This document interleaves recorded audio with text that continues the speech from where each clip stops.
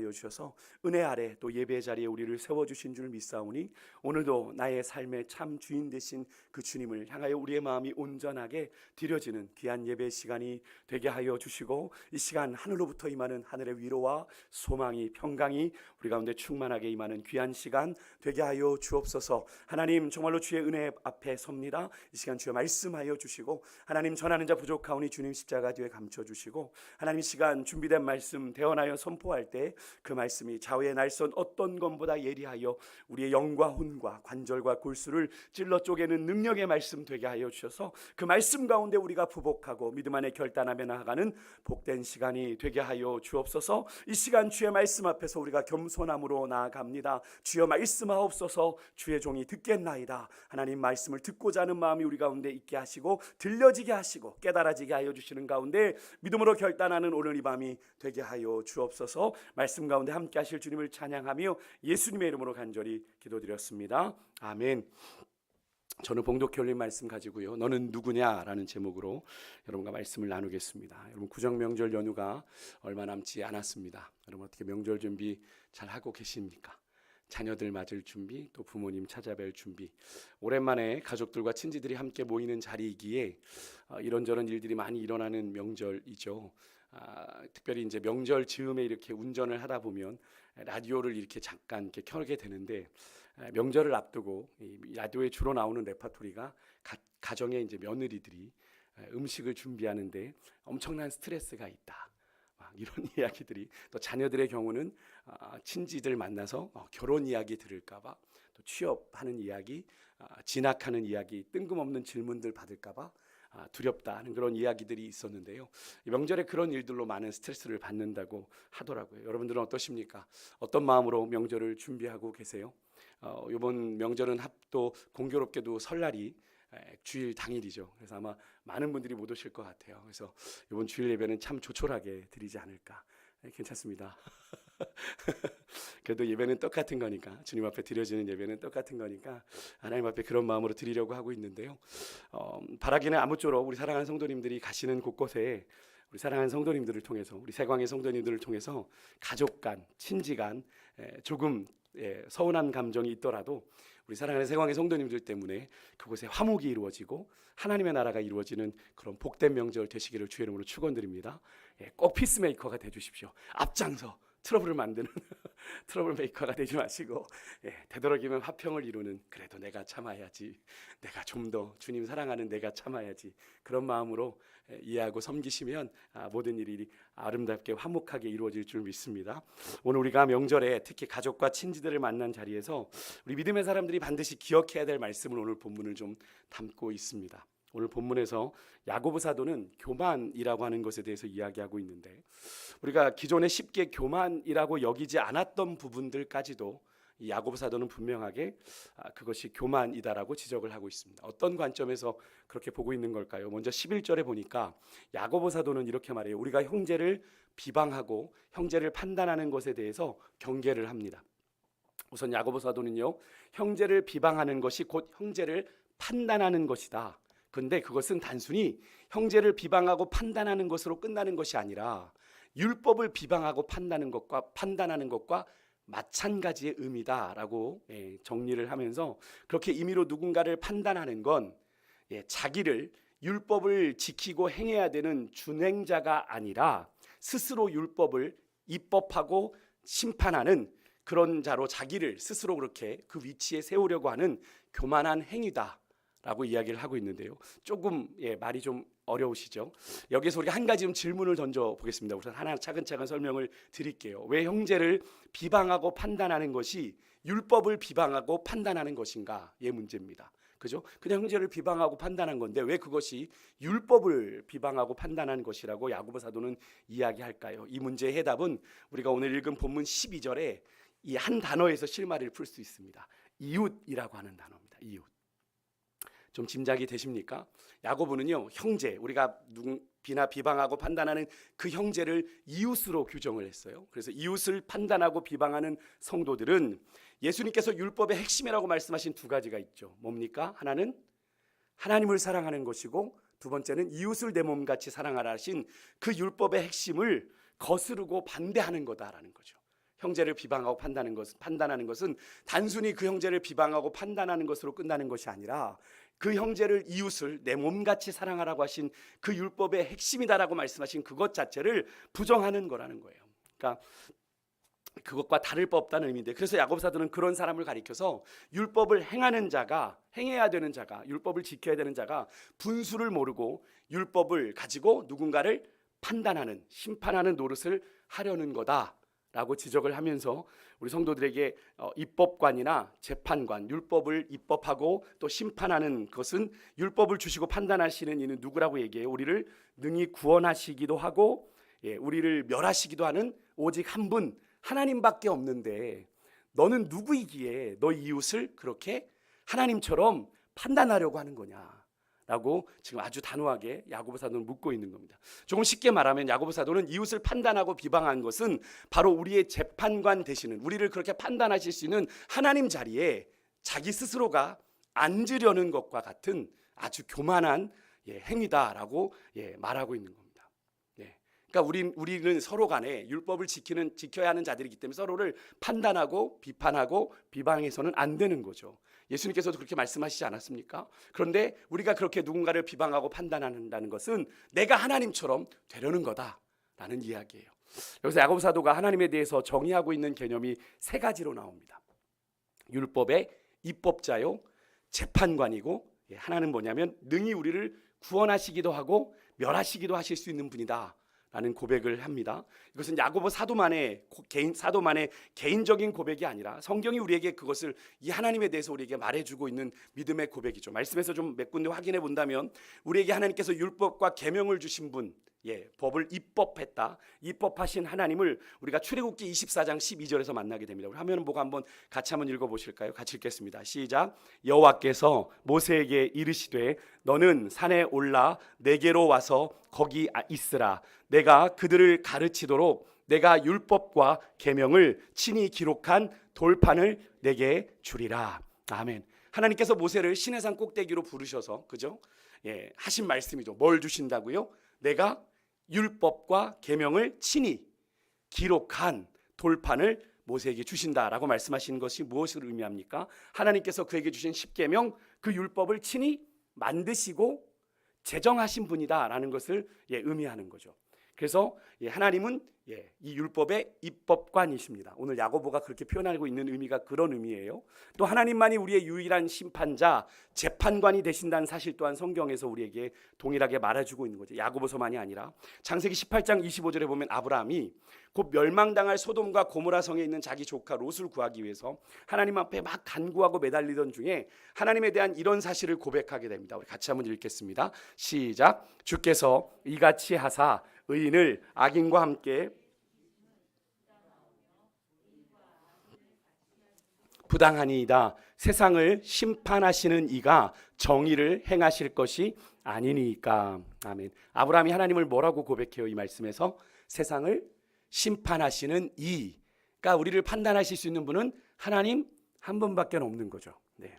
그래서 세상을 심판하시는 이라는 하나님께서 세상을 재판하시는 분이다. 그러니까 오늘 야고보 사도는 하나님을 재판관이라고 이렇게 부르고 있죠. 또 하나님께서는 우리 인간들을 구원하시기도 하고 멸하실 수도 있는 분이다라는 사실 또한 우리가 성경에서 어렵지 않게 확인할 수 있는 본문이죠. 아람의 군대 장관 나아만의 이야기에서 이스라엘 왕이 고백했던 하나님인데요. 열왕기하 5장 7절의 말씀 한번 읽어보겠습니다. 같이 읽습니다. 시작. 이스라엘 왕이 그 글을 읽고 자기 옷을 찢으며 이르되 내가 사람을 죽이고 살리는 하나님이냐? 그가 어찌하여 사람을 내게로 보내 그의 나병을 고치라 하느냐? 아멘. 그러니까 이게 뭔 얘기냐면 이스라엘 왕이 아람 왕의 편지를 받았어요. 조서를. 우리의 군대 장관 나아만의 이 나병을 고쳐주시오. 그러니까 이스라엘 왕이 내가 하나님이냐? 내가 사람을 죽고 살리는 하나님이냐? 내가 어떻게 그걸 고치냐? 라고 이야기를 하면서 하나님이 어떤 하나님이시라는 걸 고백해요. 우리를 죽이기도 하시고 살리기도 하시는 하나님이라는 걸 고백하죠. 이것만이 아닙니다. 마태복음 10장 28절에서 예수님께서는 직접 하나님을 이렇게 고백하셨어요. 우리 같이 한번 읽겠습니다. 시작. 몸은 죽여도 영혼은 능히 죽이지 못하는 자들을 두려워하지 말고 오직 몸과 영혼을 능히 지옥에 멸하실 수 있는 이를 두려워하라. 아멘. 예수님께서는 하나님 아버지를 뭐라고 얘기하고 계세요? 오직 몸과 영혼을 다 능히 지옥에 멸하실 수 있는 하나님, 그 하나님을 너희들이 두려워해야 된다. 결국 야고보 사도는요, 형제를 비방하고 판단하는 자는 감히 율법을 판단하고 비방하는 자로 율법의 유일한 입법자요 재판관이신, 또 율법에 따라 사람을 능히 구원하기도 하고 멸하실 수 있는 그 거룩하신 창조주 하나님의 자리를 넘보는 아주 교만한 자다라는 사실을 부각시키기 위해서 하나님이 어떤 분이신 것을 아주 구체적으로 단어 하나하나를 써서 하나님과 그런 마음을 품는 그 누군가를 비방하고 판단하는 자의 그 차이를 아주 분명하게 소개하고 있는 거죠. 그리고 묻습니다. 이 야고보서를 읽는 누군가 불특정한 그 독자에게 너는 누구이기에 이웃을 판단하느냐? 너는 누구이기에 이웃을 판단하느냐? 이 말은 반문이기도 하지만 한편으로는 저는 이렇게 들렸습니다. 네가 누구인지를 잘 생각해봐. 네가 율법의 입법자야? 네가 율법의 재판관이야? 네가 사람을 죽이기도 하고 살리기도 할 수 있어? 아니잖아. 너에게 그런 게 없는데 왜 사람을 비방하고 판단하는 거야? 라고 야고보 사도는 이 질문을 통해서 우리에게 하고 있는 겁니다. 형제를 비방하고 판단하는 너도 하나님 앞에서 보잘것없는, 하나님처럼 공의로운 척 해보지만 절대 그럴 수 없는 연약함을 가진 인간이라는 사실 너 직시해. 저는 이 본문을 묵상하면서 사도행전 19장의 한 장면이 떠올랐습니다. 여러분, 하나님이 사도 바울을 통해서 아주 놀라운 일들을 나중에 행하시면서 어떤 일까지 일어났었어요? 심지어 바울의 몸에서 손수건이나 앞치마를 가져다가 병든 사람에게 얹으면 병든 사람이 막 병이 떠나가고 귀신이 떠나가는 일들이 일어났습니다. 정말 놀라운 일들을 하나님이 행하게 하신 거죠.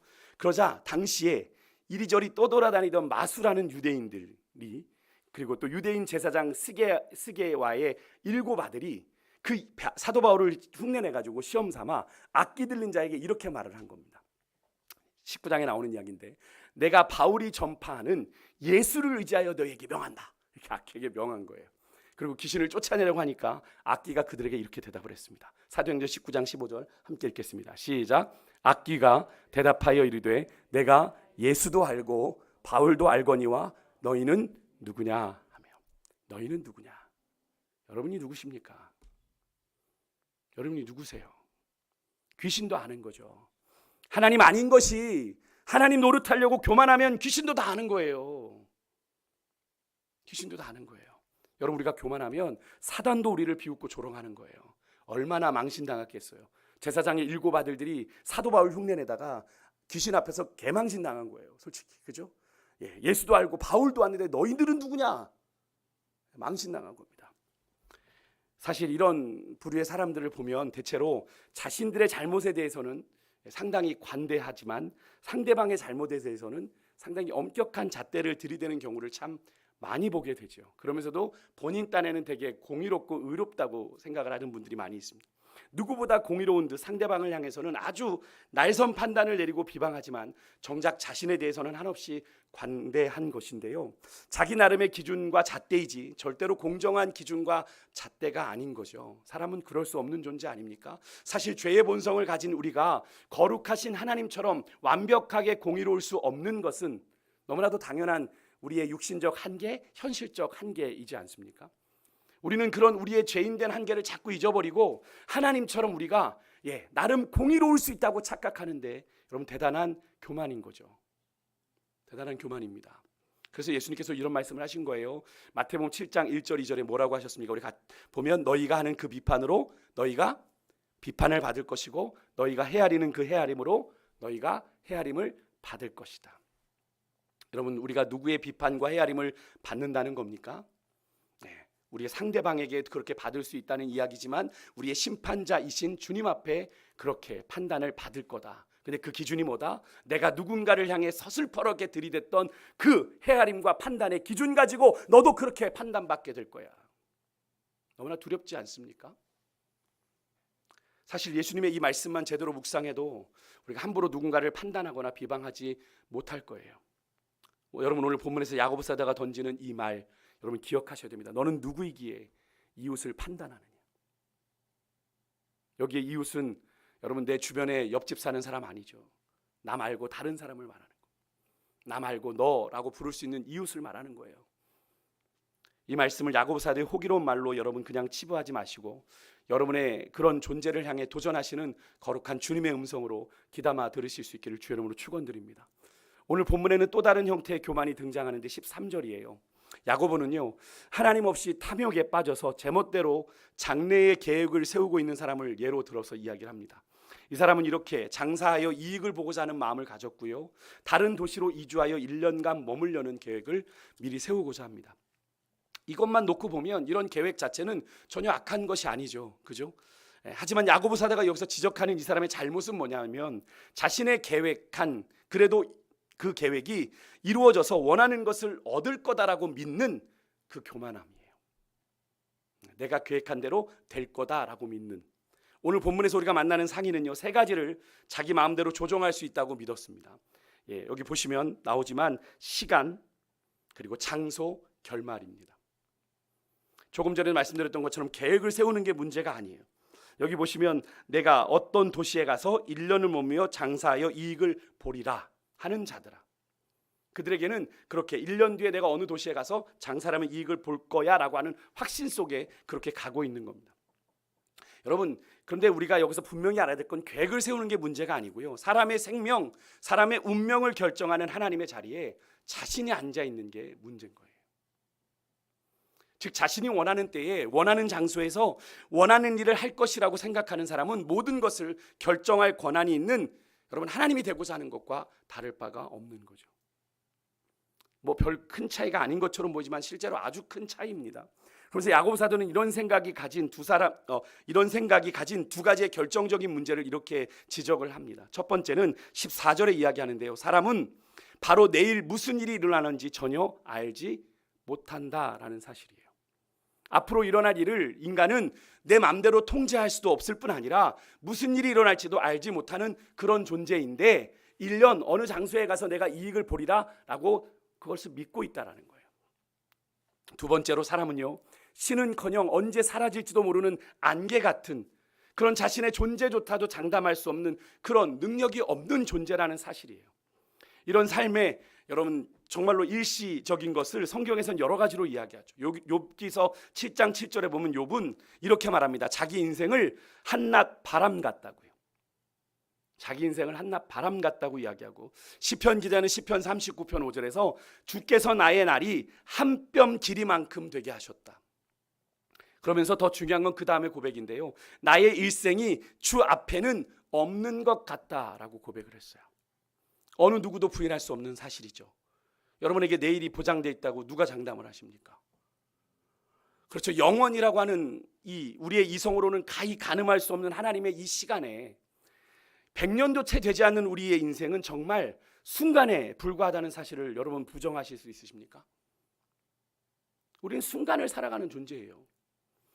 여러분, 이렇게 아침 안개와 같이 금방 사라져버리는 것이 우리의 인생인데요, 그렇게 짧은 인생을 살면서 영원한 하나님, 구원의 하나님을 배제한 채로 인생을 내가 꾸려나가려고 하는 우리의 모습이 얼마나 어리석은 거예요. 하나님 의지하지 아니하고. 여러분, 우리 인생의 한계를 분명히 인식한 사람이 보여야 되는 당연한 반응이 오늘 본문에 나옵니다. 이런 믿음의 고백 여러분에게는 있으세요? 15절이죠. 주의 뜻이면 우리가 살기도 하고 이것이나 저것을 하리라. 주님 뜻에 우리 인생이 달려 있다는 말이에요. 주님이 뜻하시면 우리가 살 수 있는 거고, 주님이 계획 속에 있으면 우리가 내일을 살 수 있는 거고, 주님이 그냥 오늘까지야 라고 하면 우리는 끝나는 인생인 거잖아요.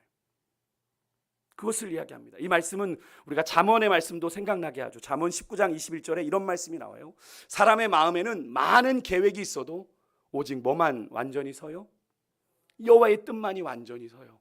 우리의 계획이 서는 것이 아니라 오직 여호와 하나님만의 뜻만이 선다고 이야기를 합니다. 이 사실은 예수님도 말씀하신 거죠. 마태복음 6장 10절에 여러분 주님이 가르쳐 주신 주기도문을 한번 떠올려 보세요. 뜻이 하늘에서 이룬 것 같이 땅에서도 이루어지이다. 여러분, 이것은 무엇을 의미합니까? 우리의 뜻이 이루어지는 것이 아니라 하나님의 뜻이 이 땅에 이루어지는 것을 말하는 거죠. 그렇다면 우리가 인생을 살아가면서 집중해야 되는 것은 우리가 세상의 그런 잠깐의 성공을 꿈꾸는 삶이 아니라 하나님의 뜻이라면 어떤 부르심에게도 우리가 순종하겠다는 그런 믿음의 각오가 우리에게 있어야 되는 거죠. 되게 부담스러우시죠? 그러다가 나 당장 선교사로 나가라고 그러면 어떡해? 여러분이 정말 하나님의 은혜로 구원받았고요, 이제는 내가 사는 것이 아니고 내 안에 그리스도께서 사시는 삶이 정말 분명하다면 여러분, 우리는 이 고백을 드릴 수 있어야 돼요. 여러분, 하나님이 여기까지다 하면 오늘 여기서 우리가 끝내야 되는 거잖아요. 우리 인생이요. 아니라고 우길 수 있습니까? 물론 히스기야처럼 벽을 대하고 울부짖고 하면 하나님이 15년에 더 연장을 주실지는 모르겠습니다만, 하나님이 계획하셔서 오늘까지라고 우리는 다 놓고 가야 되는 게 우리의 인생이잖아요. 아닌 것처럼 우리 살아가고 있지만, 여러분, 오늘 본문에서요, 야고보 사도가 우리에게 너희들 인생의 계획 세우지 말라라고 얘기하는 건 아닙니다. 하나님의 영원의 시간에 비해 정말 순간에 불과하더라도 우리가 최선을 다해 살아가는 인생의 기간 동안에는 우리가 나름 계획을 세우며 살아야 되죠. 그런데 그 안에 반드시 들어가야 될 질문이 있어요. 그게 뭐냐면, 내가 앞으로 살아갈 미래를 주님 앞에 맡겼는가? 내가 살아갈 미래를 주님께 맡겼는가? 왜 그렇습니까? 우리의 삶은 주님의 영광을 위하여 부른 삶이니까, 부르심 받은 삶이니까. 이제는 내가 사는 것이 아니라면서요. 내 안에 그리스도께서 사시는 것이라면서요. 그럼 우리의 삶의 목표와 목적이 바뀌어야죠. 누구를 위한 삶으로? 주님을 위한 삶으로. 입으로는 얘기 그렇게 하는데 우리가 삶으로는 그냥 나를 위한 계획을 세우고 살아가잖아요. 여러분, 이것을 오해하시지 않았으면 좋겠어요. 그럼 다 사역자가 되는 겁니까? 다 목사가 되는 겁니까? 다 선교? 아니요. 우리를 부르신 삶의 자리에서 똑같은 삶의 현장을 살아가지만 목적이 달라지는 거죠. 예전엔 내가 더 많은 수익을 내고 더 편안하게 안락하게 사는 게 목적이었다고 한다면, 이제는 내가 그렇게 주신 그 이윤을 가지고, 이득을 가지고 내가 주를 위해서 무엇을 할까? 10의 1조를 드렸다면 10의 1조를 또 가지고는 선교하는 일에 보내고 누군가를 돕고 구제하는 일에 내가 쓰는 거죠. 예전엔 나를 위해서 다 썼다면 그런 기준과 가치가 달라지는 거죠. 여러분, 우리의 인생의 계획을 세우되 주님이 내 인생의 주인이심을 인정하고 그분의 뜻을 따라 인생의 계획을 세워야 한다는 말입니다. 여러분, 이사야 7장에 보면, 제가 예전에도 한번 들었던 예화인데, 유다 아하스 왕 때 아람 왕 르신과 북이스라엘의 베가 왕이 연합해서 남왕국 유다를 침략했습니다. 그 소식에 이제 아하스 왕과 백성들이 엄청난 두려움에 사로잡히게 돼요.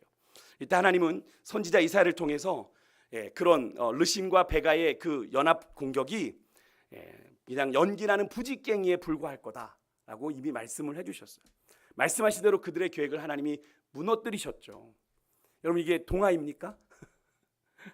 그때 그 당시에 일어난 그냥 동화 같은 이야기예요? 여러분, 그렇지 않죠. 하나님이 함께하는 인생이 이런 인생이다라는 걸 우리에게 말씀해주고 계시는 거죠. 여러분, 그래요. 이렇게 하나님의 통치와 다스림을 인정하지 않고 세운 인간의 계획은 다 쓸모없게 되는 거예요.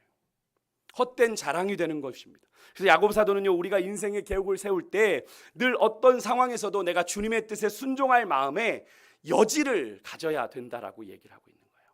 내가 계획을 세웠지만 하나님이 트시면 순종해야지. 하나님이 바꾸시면 내가 가야지 라고 하는 그 여지를 놓고 있으라는 겁니다. 어떤 상황에서든 어떤 순간에서든 여러분, 하나님의 통치와 다스림을 인정하고 따르겠다고 하는 믿음의 열린 마음을 하나님을 향해 가지라는 의미예요. 하나님, 내가 이렇게 결정했으니까 무조건 이렇게 이루셔야 돼요 라고 하는 건 교만한 생각이라는 겁니다. 하나님의 뜻이 이루어지기를 여러분 열어놓으셔야 된다는 거예요. 사실 더 지혜로운 건 어떤 계획을 세울 때 항상 주님께 먼저 나아가 그 계획을 아뢰고 주의 뜻을 먼저 구하는 것이 더 지혜로운 것이겠죠. 그렇게 하나님을 전심으로 의지하는 마음을 가질 때 우리가 이 복잡하고 어려운 인생의 여정을 바르게 살아갈 지혜를 하나님을 통해 얻게 되는 것인데요. 여러분, 정말로 그런 은혜가 있으시길 소망해요. 이렇게 인생을 살아가다 보면 내가 승승장구할 땐 모릅니다. 그죠? 내가 하는 일이 계획이 잘 될 때는 잘 몰라요. 그런데 내가 예상치 못한 난관을 만나게 될 때 하나님의 뜻이 묵상되어지죠. 어제도 어떤 분하고 통화를 하다가 그런 고백을 들었습니다. 목사님, 너무 갑자기 초췌한 채로 전화가 오신 거예요. 무슨 일이십니까? 근데 너무 이야기하는데 잘 나가고 있었어요. 그런데 갑자기 관계가 어그러지면서 좀 어려움을 겪게 되었노라고 나누시더라고요. 그러면서 목사님, 왜 그러는 걸까요? 하나님이 한번 잠시 멈추라고 하시는 것 같은데 하나님이 뭐라고 말씀하시는지 좀 귀 기울여 보시죠. 하나님이 그냥 그 일을 형제님에게 주시지 않았을 것 같은데 하나님이 왜 지금 내게 이런 관계의 어려움을 허락하셔서 왜 이 잘 나가고 있는 사업에 브레이크를 거셨는지 하나님 앞에 한번 물어봐야 되지 않겠습니까? 그게 지혜로운 인생인 거 아니에요? 그럼에도 불구하고 그냥 달려가는 건 옳지 않은 거잖아요. 여러분, 끝으로 오늘 야고보 사도가요, 교만에 대해서 이야기를 하다가 결론은 좀 다르게 납니다. 결론은 선행을 하라고 이야기를 해요. 선행을. 어찌 보면 전혀 결론이, 주제가 좀 무관한 것처럼 보이는데 잘 말씀을 읽다 보면 이 교만한 마음과 선을 행하지 않는 마음이 같은 의미예요. 그래서 선을 행할 줄 알면서도 행하지 않는 것을 야고보 사도는 죄다라고 분명히, 아주 분명하게 말하고 있습니다. 사실 야고보 사도는요, 교만하지 않는 삶을 넘어서서 이제 보다 적극적으로 믿음의 사람들에게 너희들이 삶의 현장에서 선을 행하는 삶을 살아라라고 권면을 하고 있는데, 여러분, 여기서 말하는 선은 뭐예요? 그냥 이렇게 누구 돕고 구제하고 착한 일 하는 겁니까? 아닙니다. 여기서의 선은요, 삶의 모든 영역에서 하나님을 인정하고 하나님의 뜻에 순종하는 삶을 말해요. 자신의 입으로는 하나님을 믿는 성도라고 고백하면서 여러분, 하나님과 전혀 상관없는 삶을 산다면, 그 삶은 껍데기는 그래도 성도니까 그렇게 살아가는 듯 보이지만 하나님의 영광을 오히려 가리는 삶이 되겠죠.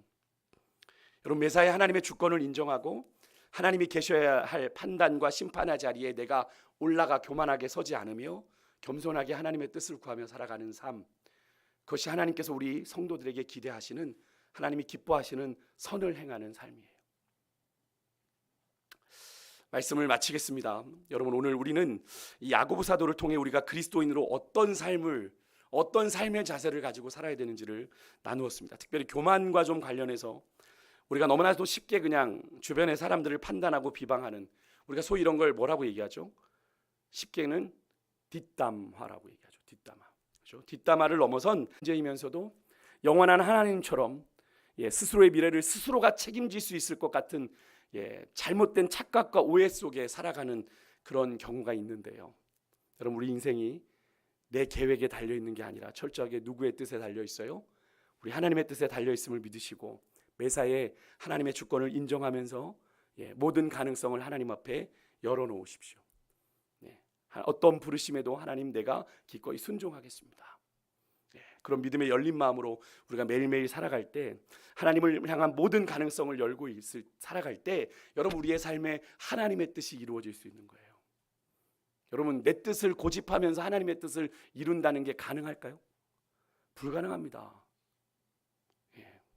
내 뜻을 내려놓을 때 하나님의 뜻이 내 삶 가운데 이루어지는 거예요. 하나님께서 어떤 사람들을 쓰실 때 물렁물렁해질 때까지 이렇게 단련하신다고 얘기하죠. 왜 그런지 아십니까? 버티면 잘 쓰기가 힘들어요.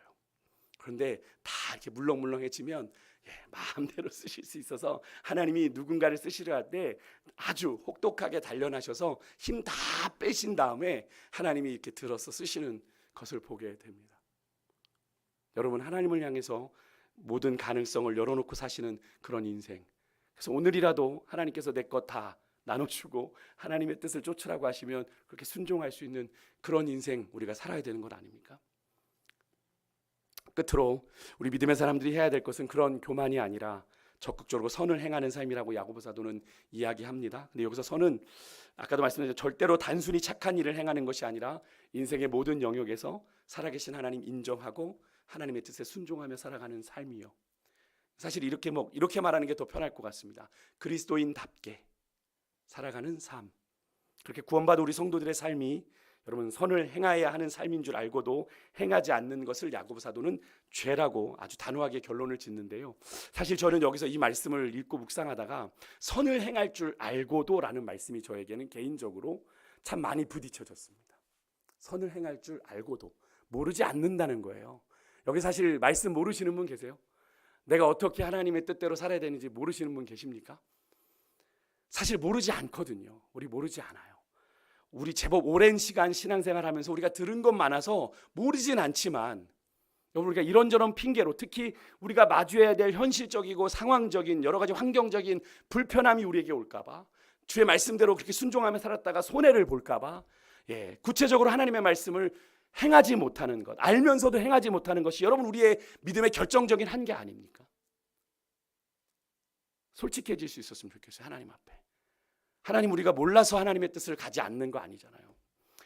그 길을 보니까 좁고 협착해서 찾는 이가 적어서 안 가는 거잖아요. 많은 이들이 따라가는 길을 가는 건 가겠는데 좁고 협착하여 찾는 일을 거가 적은 그 길을 가기에는 너무나 두려운 거죠. 누군가 손가락질할 것 같고, 누군가 비방할 것 같고, 누군가 욕할 것 같고. 그래서 우리가 선을 행할 줄 알면서도, 선을 알고도 행하지 못하는 것 아닌지, 여러분 우리의 믿음의 현주소를 잘 보았으면 좋겠어요. 예수님 그렇게 질문하시지 않으시겠어요? 너 정말 몰라서 못했어? 박 목사 너 정말 그래서 몰라서 못했어? 정말 그래서 안 한 거야? 알았잖아. 근데 왜 안 한 거야? 제가 손해볼까 봐요. 내가 피해볼까 봐요. 여러분 그게 우리의 믿음의 현주소 아닙니까?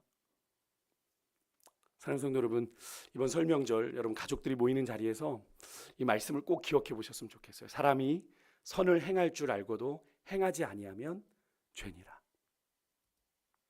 선을 행할 줄 안다는 것은 우리가 그리스도인으로서 그 상황에서 어떤 도리를 해야 하는지를 안다라는 의미지 않습니까? 그리스도인답게 어떻게 살아야 되는지, 어떻게 행동하고 어떻게 말해야 하는지를 안다는 거죠. 근데 알 것까지는 알겠는데 움직여지지 않는 거죠. 이번에는 여러분 정말 기필코 무슨 일이 있어도 명절에 만난 우리 부모님들, 또 우리 형제들, 또 자녀들에게 정말 구체적으로 내가 그리스도인으로서 알고 있는 선을 행해야 되는 그 삶을 행함으로 여러분 생각지도 못한 그 명절과의 만남에 하나님이 이루시는 그 하나님의 나라를 여러분의 삶에서 그 모임에서 경험하실 수 있기를 주의 이름으로 축복합니다. 부담되시죠?